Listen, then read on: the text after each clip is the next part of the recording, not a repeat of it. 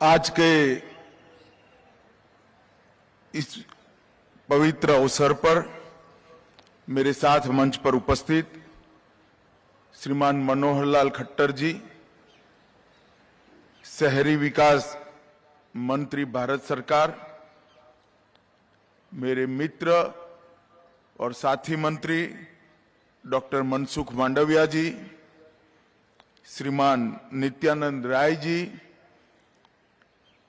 दिल्ली के उपराज्यपाल श्रीमान विनय कुमार सक्सेना जी, यहाँ की लोकप्रिय सांसद बहन बांसुरी, डॉक्टर राजेंद्र कुमार जी और आज एकता दौड़ के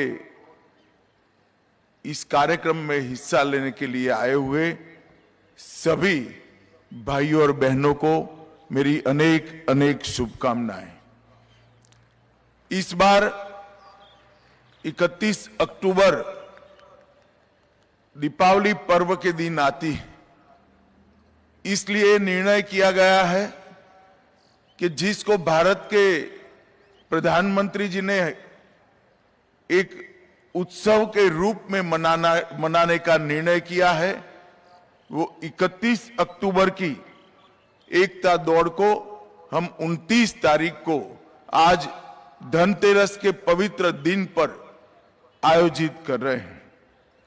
31 अक्टूबर 2015 से देश के प्रधानमंत्री आदरणीय नरेंद्र भाई ने महान सरदार पटेल की याद में देश की एकता और अखंडता के लिए पूरे देश को संकल्पित करने के लिए एकता दौड़ का आयोजन करने का फैसला किया और तब से लेकर आज तक पूरा देश एकता दौड़ से न केवल देश की एकता और अखंडता के लिए संकल्पित होता है, उस दिन अपने आप को भारत माता की सेवा में पुनः समर्पित भी करता है।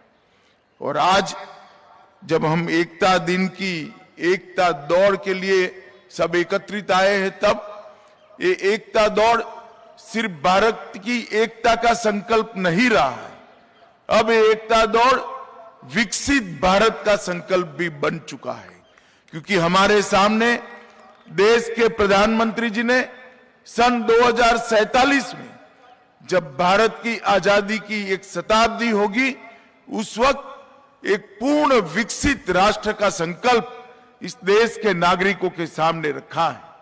और एक ऐसा भारत जो हर क्षेत्र के अंदर समग्र विश्व में प्रथम हो, ऐसा भारत रचने का संकल्प प्रधानमंत्री जी ने हम सबके सामने रखा है। मित्रों, आज मैं जब आप सबके सामने उपस्थित हूं, तब भारत एक फलता फूलता विकसता बनता मजबूत राष्ट्र बनकर दुनिया के सामने खड़ा है।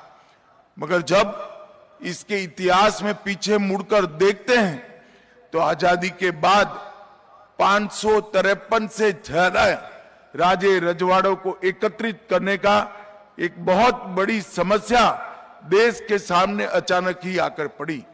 उस वक्त सरदार साहब ही थे जिन्होंने अपनी दृढ़ निर्णय शक्ति से, दृढ़ इच्छा शक्ति से और त्वरा से इस सबको एकत्रित कर आज के भारतीय संघ का मानचित्र हम सब ने लाया। और ये सरदार पटेल ही थे जिनकी दृढ़ इच्छा शक्ति के कारण आज देश एक होकर दुनिया के सामने मजबूती के साथ खड़ा है। जब आजादी का उत्सव मनाया जाता था, उस वक्त स्फूर्ति के साथ चाहे लक्षद्वीप हो, जूनागढ़ हो, चाहे हैदराबाद हो, ये सारी रियासतों को भारत के साथ मिलाने के लिए सरदार पटेल ने अपने कुनेह और दृढ़ता का परिचय दिया था। और मित्रों, आज भारत दुनिया के सामने मजबूती के साथ सर्वप्रथम बनने के रास्ते पर खड़ा है। इसका नींव डालने का काम हमारे सरदार पटेल साहब ने किया था। दुर्भाग्य की बात है कि सालों तक सरदार पटेल को भुलाने का प्रयास किया गया। सालों तक उनको भारत रत्न के उचित सम्मान से भी वंचित रखा गया है।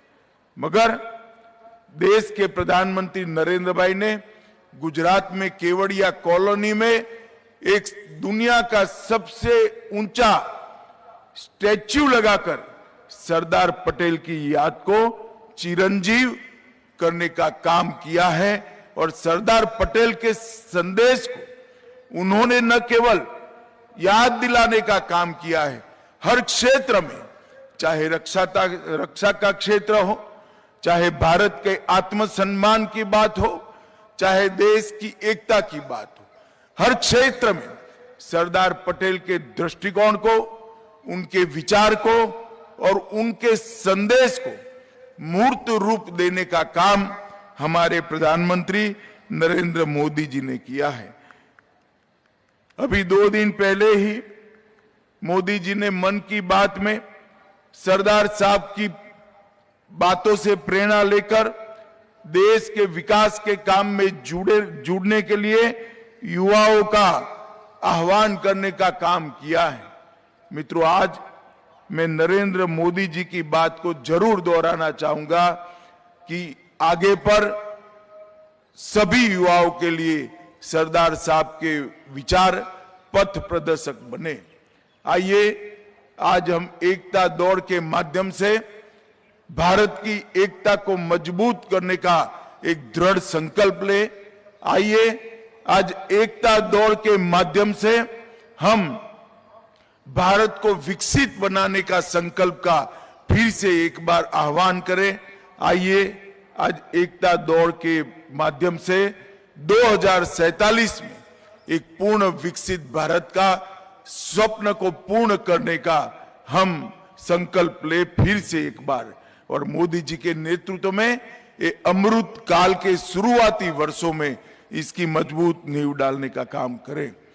इतनी सुबह सुबह लगभग 8,000 लोग, बहुत सारे संगठनों से दिल्ली के नागरिक यहां एकत्रित आए हैं।